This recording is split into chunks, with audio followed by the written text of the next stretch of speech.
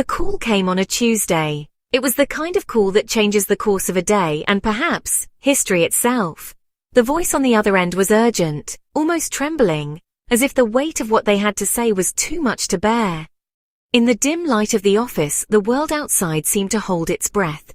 Satellite images revealed the impossible. An enormous black submarine had surfaced from beneath the Arctic ice, its hull slicing through the frozen expanse like a shadow from another era. The images were grainy but unmistakable. There was no mistaking the shape, the size, the chilling familiarity. It was the HMS Sentinel, a British vessel lost 60 years ago during the height of the Cold War. The Sentinel had vanished without a trace, swallowed by the ice and the secrets of a world on the brink of nuclear disaster. For decades it had been the subject of rumors, whispered about in naval circles and conspiracy theories alike. The news raced through the Ministry of Defense like wildfire. Was it a hoax? A trick of the light? The Sentinel was more than a ship. It was a legend, a ghost story told to new recruits. Now it was real, and the implications were staggering. Every official, every analyst felt the gravity of the moment. Yet there it was, whole, not a wreck, but a perfectly preserved vessel sitting atop a fresh ice floe, untouched by time or the elements. The hull gleamed in the pale Arctic sun, as if it had surfaced only hours before, not decades ago. It was as if the ice itself had protected it, keeping its secrets frozen within. Analysts were baffled. There was no rust, no visible damage, no sign of the wear and tear that should have come from 60 years beneath the ice. The paint was unblemished, the markings clear. It was as if the Sentinel had been preserved in a bubble, immune to the passage of time. Theories swirled. Was it a Soviet experiment, a freak of nature, or something else entirely? A special team was assembled, Task Force Chimera. It was a hand-picked group, naval engineers, historians, special forces, and scientists, each an expert in their field. Their mission was as unprecedented as it was dangerous. They would have to work together, combining their knowledge and skills to unravel the mystery of the Sentinel. Their orders were clear. Board the Sentinel, secure its nuclear reactor, and, if possible, discover the fate of its 99 crew members. But beneath the surface, everyone knew there was more at stake. The world was watching, and the answers they found could change everything we thought we knew about the past. Commander Eva Rostova, logical and precise, led the team. She was known for her calm under pressure, her ability to see through chaos to the heart of a problem. She didn't believe in ghosts, but as their plane descended toward the endless white of the Arctic, even she felt a chill, a sense that they were about to step into the unknown. The Sentinel waited for them, a dark, silent shape in a world of blinding white, a relic from a forgotten war. It was a silent testament to a journey no one could explain, a question mark carved into the ice. The real mystery was just beginning. Whatever secrets the Sentinel held, they were about to be uncovered, one frozen layer at a time. The team approached on foot, their boots crunching through the thick, untouched snow, each step echoing in the vast, silent expanse.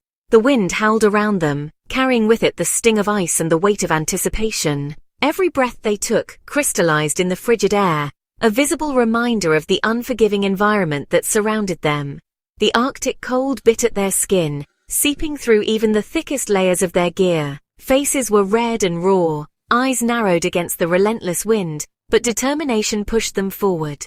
Then, out of the swirling white, the HMS Sentinel loomed into view, a leviathan from another age, its black hull absorbing the pale, ghostly light. It looked almost otherworldly, a relic from a forgotten era. There were no signs of struggle, no evidence of catastrophe. Just a submarine resting in the snow, perfectly preserved as if it had been placed there only yesterday. Lieutenant Davies reached out, running a gloved hand over the hull. The metal was cold and smooth, untouched by time. No corrosion, no damage, nothing to suggest the decades that had passed.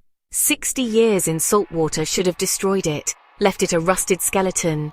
Yet here it was, defying all logic and expectation. The paint was fresh, the numbers sharp and clear, as if the crew had only just finished their last patrol.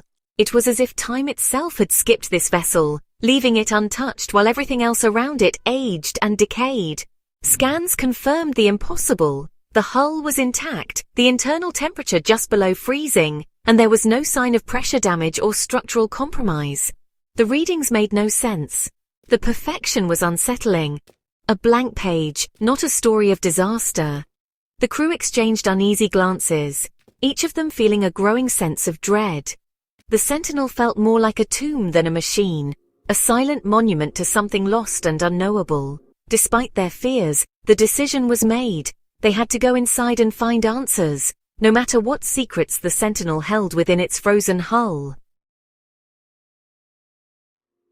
The main hatch was sealed, locked from the inside. The team used a plasma torch, the hiss and glow breaking the Arctic silence.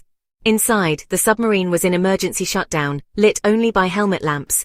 Everything was clean, no dust, no decay.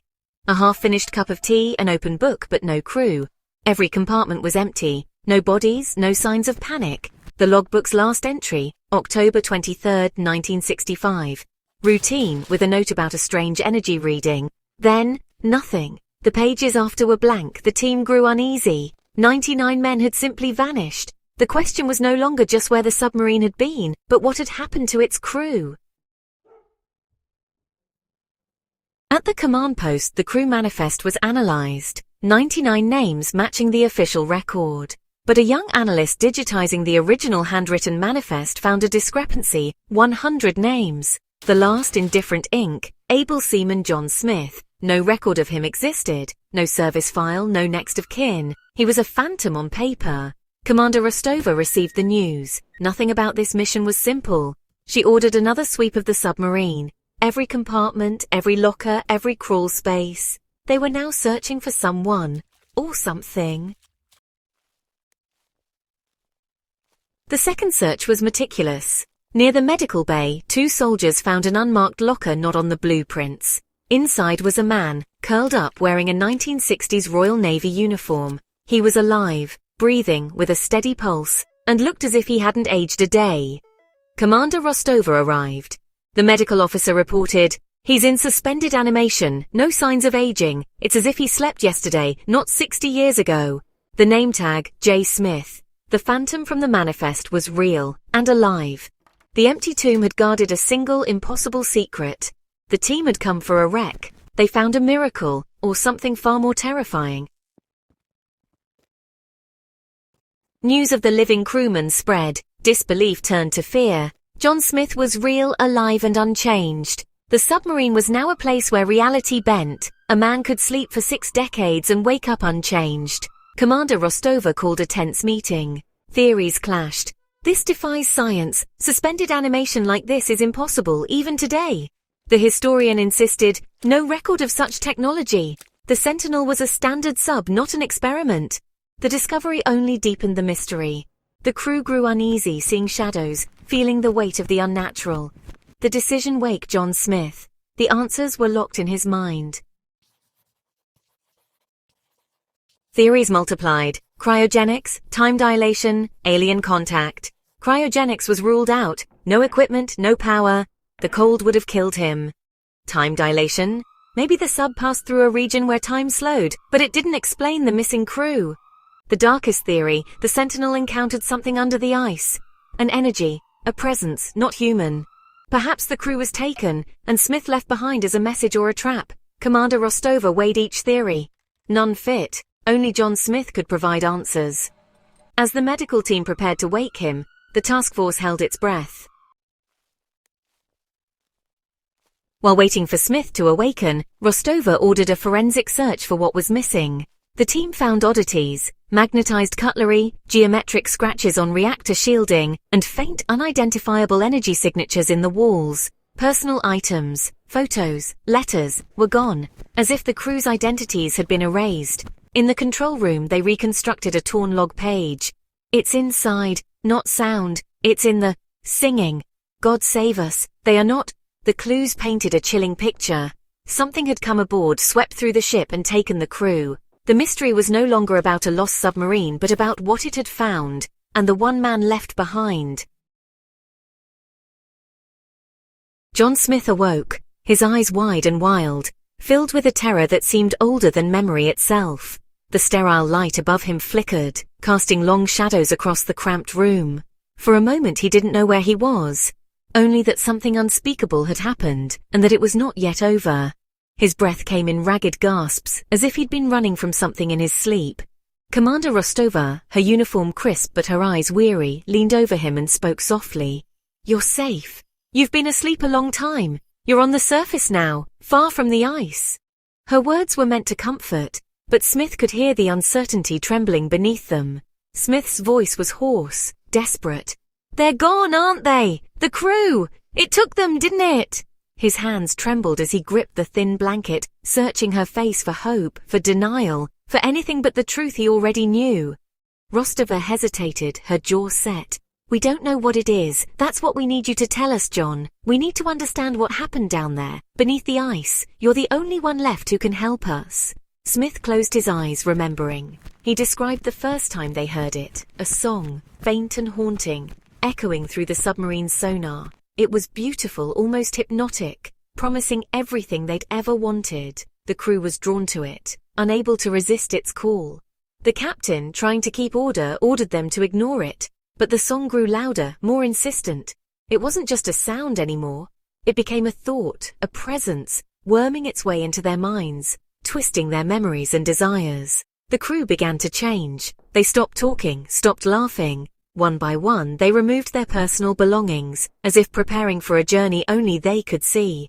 Their eyes grew hollow, their faces blank, as if the song had emptied them out, leaving only shells behind. "I was different," Smith whispered, his voice barely audible. "I couldn't hear the beauty, only the noise. It was like knives in my head. I hid in that locker for days, maybe weeks. I lost track of time. It was the only place the song couldn't reach me. The only place I could still remember who I was." Through a crack in the door, he watched the crew leave. Not through the hatch, but through the very walls of the submarine, their bodies dissolving into the icy mist.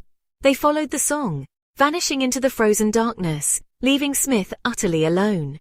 As Smith finished his story, a sudden burst of static crackled over Rostova's radio. A frantic voice broke through. "Commander! The energy signatures inside the sub! They're growing! We've picked up something deep under the ice! It's a signal! It's a song! The same song!" Smith turned to Rostova, his face ashen, eyes wide with dread. "It knows I'm awake," he whispered. "It's coming back for me, and this time it won't let me hide.